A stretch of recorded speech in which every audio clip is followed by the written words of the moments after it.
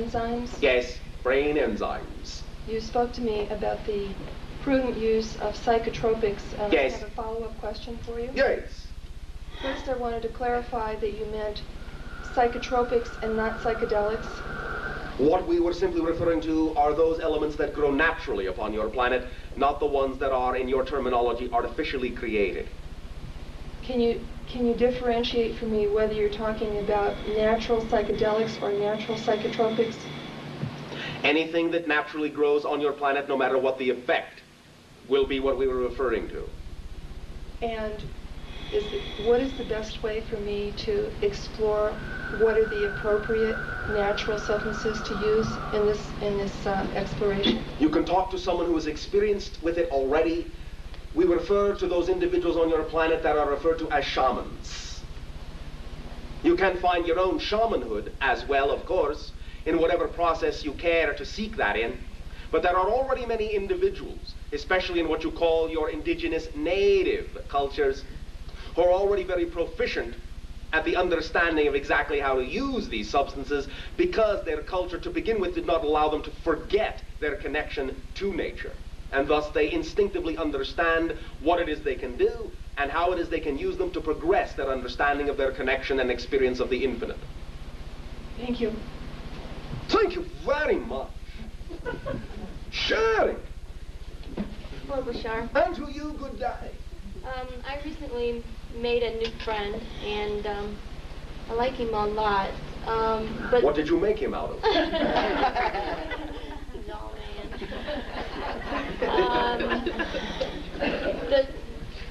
I'm having a real hard time just going with the flow in the relationship.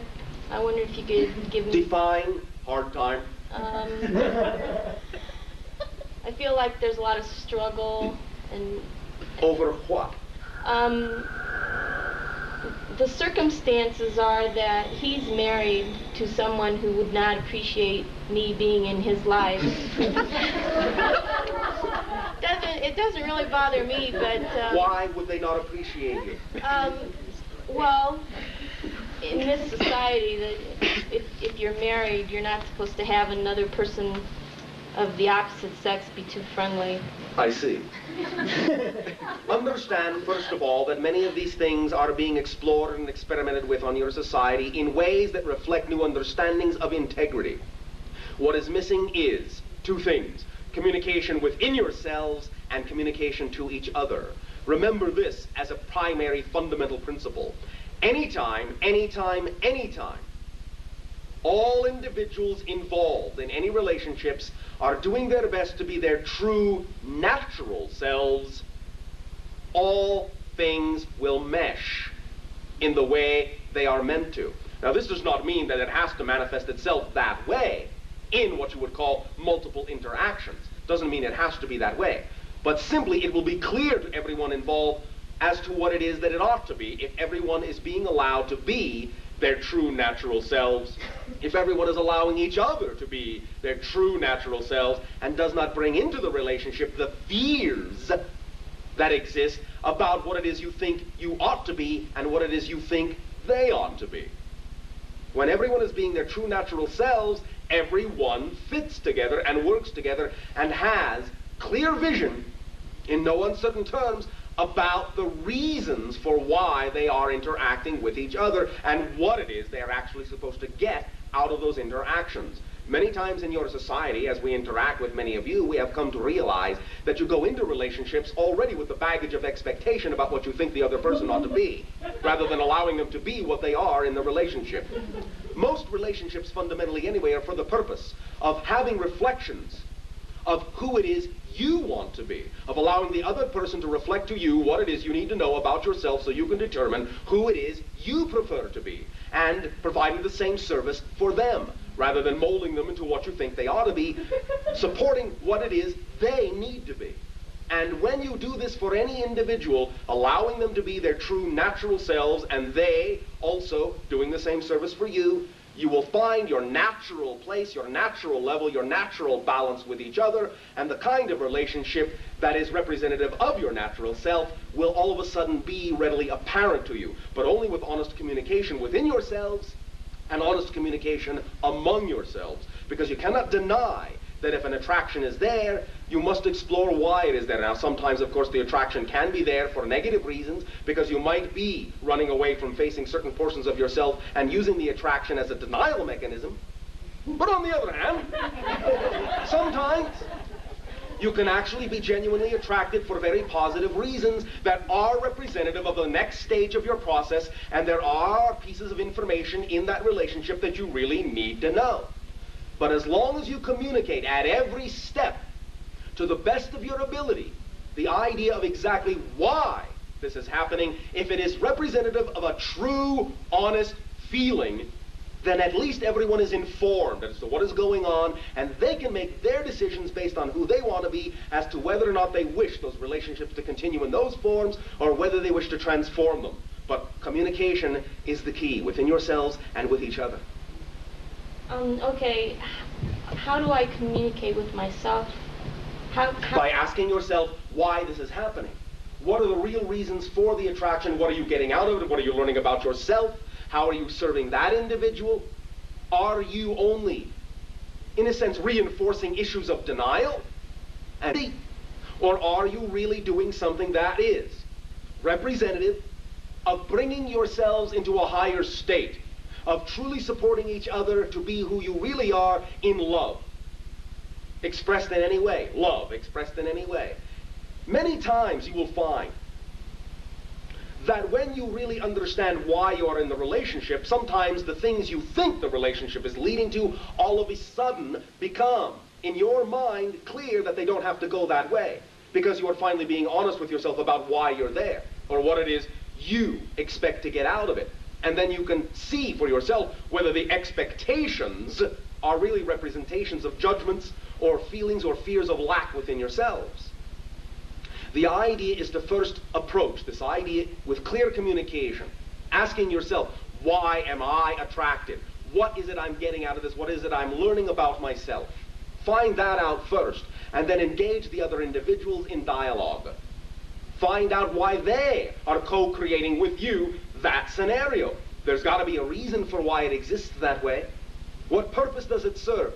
What is the heartfelt desire and deepest foundational wish that all individuals really want with regard to the idea of their relationship to the relationship?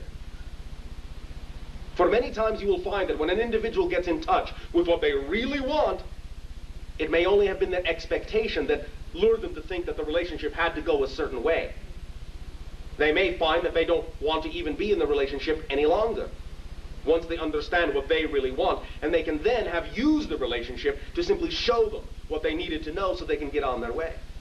There are many, many ways to look at this, but you must start with honest internal dialogue about why you are co-creating your part of this interaction. And then, if they are willing, extract from the other parties involved why they feel they are co-creating this interaction as well, because you're all co-creating it. It's an orchestration. The third person, who you are referring to as his wife, is not there accidentally. There are no accidents. There are no accidents. If you have attracted yourself to someone who you perceive in a situation where you feel, speaking from the viewpoint of your society, that makes it difficult for you to interact, you must ask yourself why that has been attracted and what issues that raises within you. We are not saying it must remain that way, but that's a good place to start from. You understand? Yes, thank you. Does this help clarify the situation to some degree for you? Yeah, it gives me a lot to think about. Well, all right. That's a good start, too. Thank you. Thank you very much. Sharon! Yes. Hi, Bashar. And to you, good day. Hi. I co-created an event when you were on a station last that really shocked me. And since then, I've been doing a lot of body work and internal searching. But as Are those questions? Yeah. Well, as I'm doing that, all this emotional turmoil is coming up. Another it's question. Real old. Yes. Basically, how do I resolve it? How do we resolve it? Define the emotional turmoil. It's intense. Yes. It's It's what? I don't know. It's like a lot of fear. It's a lot of Yes. sadness. It's a lot Yes. of hurt. It's a Yes. lot of pain. It's just Yes. very deep. Yes. And it seems to overwhelm me at times. Another question? Oh, no, it's not a question. Thank you. I see. I'm getting it now. Okay, it seems to overwhelm me at times. Oh, thank you. And what I want to know is how to deal with the pain. All right. The first way you deal with it, of course, is by allowing yourself to feel it, as you are doing. A lot of people are telling me not to feel, Oh, my. to bypass it. Bypass it? Then you are denying a portion of yourself. You are denying your own creation. You cannot change what you do not own. You understand? If you say, that's not mine, then how can you expect it to become something else? You are saying you have no power over it. I didn't create that. It's not mine. All right. Then it will stay exactly what it is. Because no matter what you say, it won't change because you are saying you don't own it. First, you have to own it. It is mine. I am feeling it. It is my feeling. No matter how the feeling is, these things are precious. Don't give away your feelings. It's my feeling. I'm going to feel it. Don't tell me not to feel it. It's my feeling. Have your own feelings. If you don't want to feel your feelings, don't feel them. But let me feel my feelings. They're mine, not yours. Now, first stage, feel it. Feel it, just feel it. Let yourself be real with the feeling. Acknowledge that it is the reality you are creating at the moment. For some reason. For some reason. You don't have to know what it is immediately, but you know it's for some reason. You will be able to learn something from it. It is going to be able to show you a piece of yourself you heretofore were not aware of. In revealing that piece of yourself to yourself, it is going to allow you the opportunity to integrate that piece of yourself within the total you, and that is what spiritual growth is all about. Remember, the living and the feeling and the experiencing of your life, however it manifests, is first and foremost the greatest act of spirituality you have. Because you created your life from your spirit. You understand? Yes. All right. Are you feeling a little bit better? Yes, I am. Thank you. Now, as you allow yourself to feel, as you acknowledge, as you know it does serve your reasons somehow, those three recognitions right there will allow the feeling to begin to transmute and evolve into what it needs to evolve into, and it will begin to disgorge information into you about why it is there. You understand? Yes. Simple process. Simple process.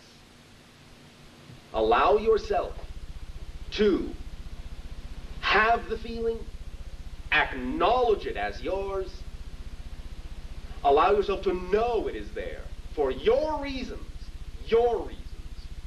and it will begin to impress upon you why it is there and what it is you need to learn about yourself within that idea.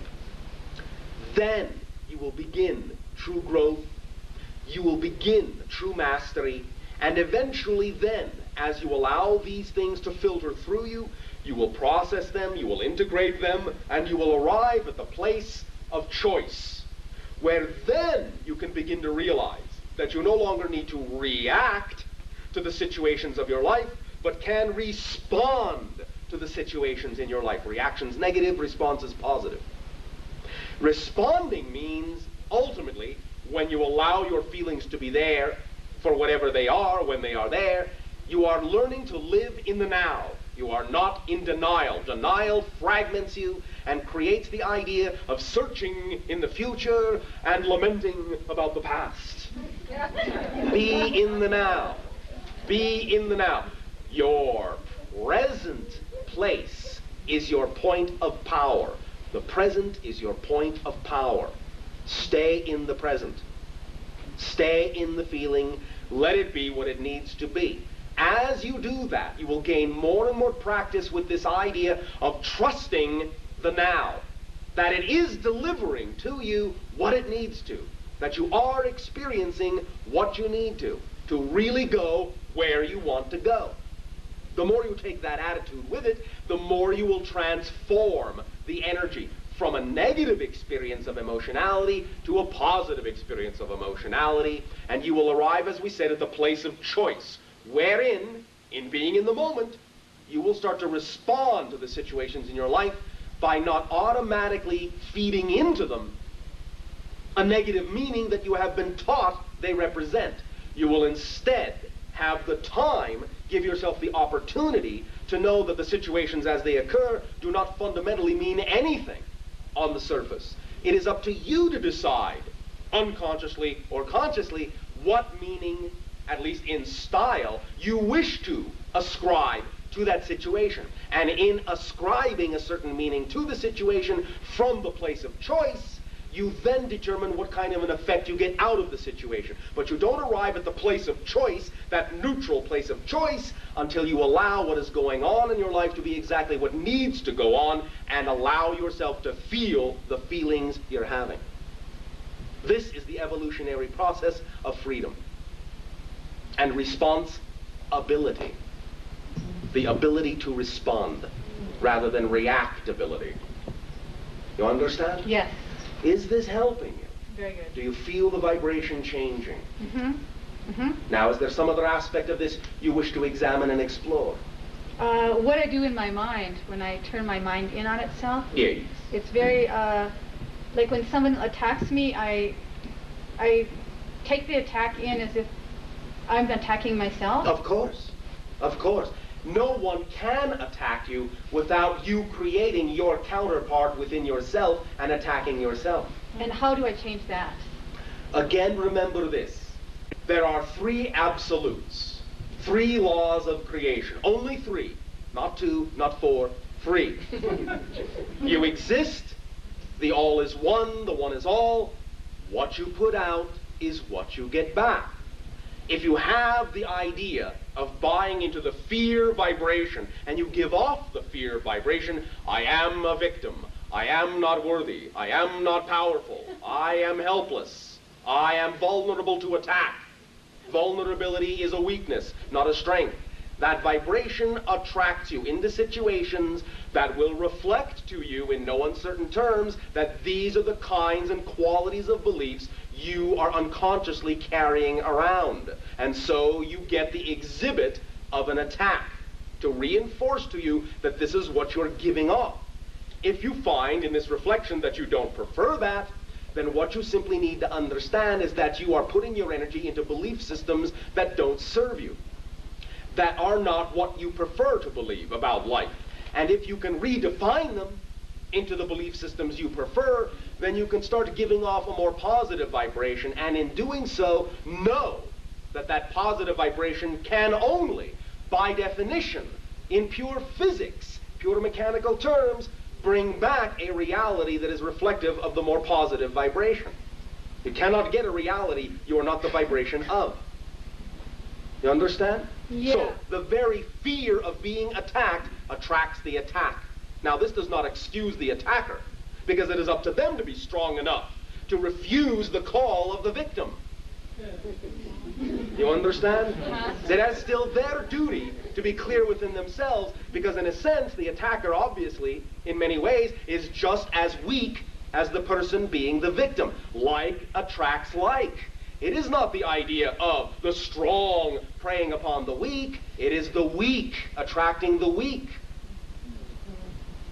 One who attacks because they do not believe they are in control automatically, and they feel they have to manipulate their external reality in order to feel they are in control, and therefore they must dominate others.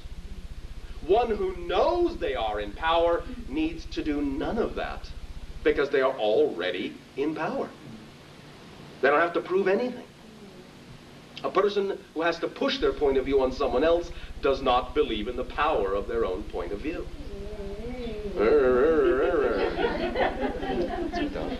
So, knowing that and understanding the physics of this, it can lighten you up. You can go back into your self-empowerment. you can realize that the fear itself does not have to transmit into judgment. That the fear itself as a pure emotion will not prevent you from doing what you need to do. It will still give you the ability to work within yourself in the way that you need to define what beliefs you would have to have in order to have the fear reaction instead of the joy response. You're saying it's okay to have the fear, to feel the fear fully. Yes, it's when you start being afraid about having the fear, start worrying about having the fear, start judging yourself for having the fear, that you start creating the vibration that reflects itself as a negative reality. The pure fear in and of itself does not attract a negative reality. It's all of the accoutrements you attach to the fear. The pure fear will never stop you from doing anything. And if you understand that, you will act through the fear, discover what it is showing you, and transform it instantly into excitement. Remember, excitement, joy, passion, fear, anxiety, doubt are the same energy. You experience it on the positive side when you have faith in yourself and live in the now in a constructive, responsive way.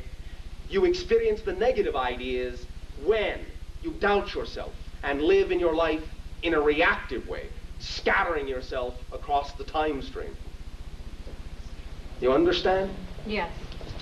Does this help you? Yes, it does. Well, thank you. Thank you. Very much. Thank you very much. Should it?